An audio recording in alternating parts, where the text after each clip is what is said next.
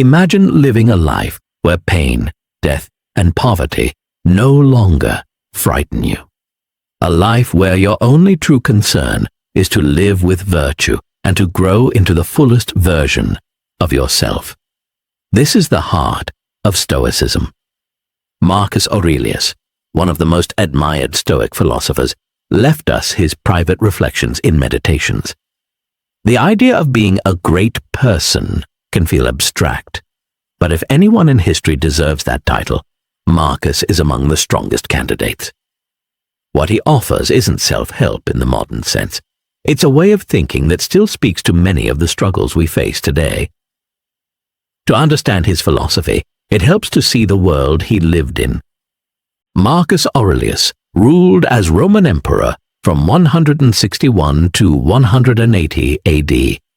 He was the last of the so-called 5 good emperors, and presided over what came to be known as the Pax Romana, a long stretch of relative peace within the empire. Yet, even in that era of stability, his reign was far from easy. He faced brutal wars on the empire's borders and a devastating pandemic, the Antonine Plague, which cost countless lives. As emperor, Marcus was the most powerful man in the known world. Roman emperors could indulge in any pleasure without consequence. Wealth, luxury, and excess were not just available to them, but expected. Nothing stood in their way. Not money, not law, not custom. And yet Marcus made a different choice. Despite living with limitless freedom to indulge every desire, he chose discipline. He chose integrity. He chose to live consistently by virtue. That doesn't mean being good automatically made him great. But imagine resisting temptation, not for a day, not for a week, but for nearly 20 years, knowing no one could punish you if you slipped. He resisted not for applause, not for recognition, but because to him, living virtuously was its own reward. That is extraordinary. Now ask yourself, if you were in his place, could you live the same way? With no consequences for indulgence, no limits on what you could take or consume, would you choose the harder path of virtue? Few of us, honestly, could. This is what makes his Meditations so powerful. What we read today was never meant for an audience. It was his private journal, his raw reflections. Divided into 12 books, about 150 pages, it is one of the most intimate works ever written by a ruler. Publishers later gave it the title Meditations, but for Marcus, it was simply a place to write down how he wrestled with his own weaknesses and reminded himself of the principles he wanted to live by. To appreciate it fully, you should read it yourself. Copies are everywhere, in libraries, in bookstores, online. But here, let's focus on a few core ideas. One of Marcus's deepest convictions was to live according to nature. By nature, he didn't just mean plants and animals, but the order of the universe itself. A tree grows tall not for applause, but because that is what it was made to do. A caterpillar becomes a butterfly.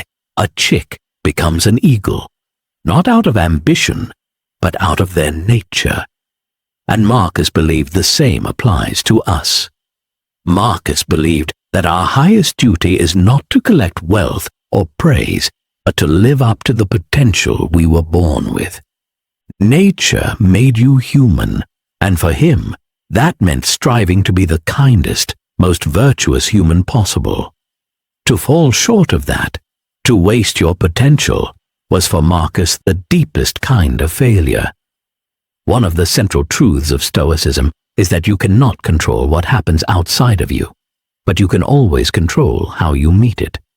Life will bring storms, setbacks, and trials. The Stoic response is not to avoid them, but to rise through them, to live as fully and as nobly as you can, no matter the weather. As emperor, Marcus faced trials most of us can only imagine. War, plague, betrayal, and loss. Yet he understood something simple. Evil and adversity are part of the natural order. To wish them away is like wishing for roses without thorns. Difficult people will always exist, adversity will always arrive. But here is where Marcus's perspective is striking. He believed that people rarely act out of deliberate malice. Most wrongdoing, he thought, comes from ignorance, people not understanding what is right. You may try to guide them, but not everyone can be reached. And in those moments, his advice was to look inward, to remind yourself that you too have flaws, that you too can be mistaken, and that you may not see the whole story. The thief who steals to feed his family may not be evil. You may simply not understand his burden. This humility led Marcus to a simple truth. We are made for each other. Just as trees bear fruit for animals, and animals in turn nourish the earth, we exist to contribute to one another's lives. To fail in this duty of kindness is, in his view, the only real failure. Adversity, too, was to be met with the same spirit. He did not advise praying for an easy life. That is beyond our control. Instead, he taught us to be ready, to strengthen ourselves so that when hardship arrives, we do not collapse under it. Don't waste energy on self-pity or complaint. See the trial as an opportunity to rise, to prove to yourself what you are made of. And if fate should hand you something truly unbearable, Marcus's counsel was simple. Endure it without disgrace. Death comes to all, but not all face it with dignity. Even with immense power and wealth at his command, Marcus remained wary of possessions. He did not see material things as evil in themselves, but he refused to let them rule him. For him, the measure of a life was not what you owned, but how you lived, with courage, with virtue, and with compassion. Marcus could have had anything: palaces, treasures, endless wine, and feasts. Nothing was beyond his reach. Yet he chose not to dream of such things, because he saw them for what they were: distractions. They are pleasant for a moment, but they do not fulfill your deeper potential. He advised reflecting on what you have, valuing it, but never clinging so tightly that its loss would leave you broken. Possessions, status, praise, none of these make you more virtuous or more kind. Your true potential lies higher than that. Death, too, was something he contemplated often, not with dread, but with acceptance. For him, death was not an interruption of life, but part of its design. Just as nature assigns us the duty to grow, to act with goodness, to reach our potential, it also assigns us the duty to die. To fear this is to fight what cannot be fought. His view was simple. While you are here, live fully, live with kindness, live with courage, and when the time comes, leave as naturally as you arrived. Marcus, alongside other Stoic thinkers, became one of the forebearers of a philosophy that has endured for centuries. Stoicism explored many areas: logic, ethics, human behavior. But at its heart lies one key distinction: the difference between pleasure and true happiness. Wealth, fame, success, these may bring temporary pleasure, but they quickly fade. Happiness, on the other hand, is something deeper. It is a state of being that arises not from the world outside, but from the way you live within yourself. For the Stoics, happiness is born from virtue, from striving to be wiser, braver, more just, and more disciplined each day. In their view, the only real failure in life is to neglect this duty, to fall short of becoming who you are capable of being. To be great is not vanity, it is simply your role in nature. In the end, Stoicism teaches that wisdom and peace come from aligning your life with nature itself. That means focusing only on what is truly within your control, your thoughts and your actions, and living with reason and virtue as your guides. The 4 cornerstones they named were wisdom, courage, justice, and temperance. A Stoic does not fear pain, death, or poverty. Their only fear is to abandon their moral duty. Challenges did not intimidate Marcus Aurelius. His true concern was not what others might do to him, but whether he himself might fall short of living fully as a human being. He once wrote, "The best revenge is to be unlike him who performed the injury." A striking example of this principle came in 175 AD, during the betrayal of his general Avidius Cassius. Cassius had been one of Marcus's closest allies, a trusted commander, and yet he declared himself emperor and led a rebellion. Few betrayals could cut deeper. The natural reaction would have been anger, vengeance, the desire to crush a traitor and make an example of him. But Marcus chose differently.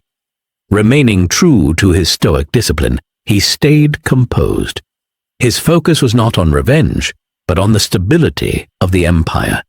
He sent his forces forward, yes, but not to punish with cruelty, only to restore order. Before Marcus reached him, Cassius was assassinated by his own men, and Marcus's response was revealing. He did not rejoice. He did not celebrate the fall of a rival. Instead, he mourned the loss of a former friend and extended clemency to those who had supported Cassius. To Marcus, vengeance would have only deepened the wound. Mercy was the higher path. This moment reveals his strength of character. The best revenge, as he taught, is not to mirror the wrongdoer, but to rise above him, to remain whole, virtuous, and untouched by bitterness. That is true power.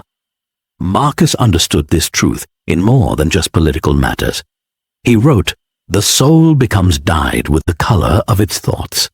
For him, guarding the mind was essential. Wars, plague, political unrest. His reign was marked by relentless hardship. It would have been easy to descend into despair or cynicism. Yet he trained himself to keep his thoughts steady, clear, and virtuous, knowing that what he allowed into his mind would eventually shape his soul and direct his actions. Even in the harshest conditions, leading his troops on the frozen frontiers during the Marcomannic Wars, far from the comfort of Rome, he carried this discipline. Surrounded by suffering and uncertainty, he reminded himself again and again, what matters is not what happens, but how you choose to meet it. The threat of battle, the burden of leadership, and the distance from his family could easily have crushed Marcus Aurelius under the weight of negative thoughts. Yet instead of surrendering to despair, he chose to cultivate resilience and virtue. Each day he turned inward, he reflected, he wrote, he examined his own mind. These private reflections, later known as meditations, became his way of steadying himself. In them, he reminded himself of what mattered most: courage, patience, wisdom. He reflected on the fleeting nature of life, the preciousness of each moment, and the importance of living in harmony with his principles. By training his thoughts in this way, he dyed his soul with virtue. His inner discipline allowed him to meet hardship with calm, fairness, and strength.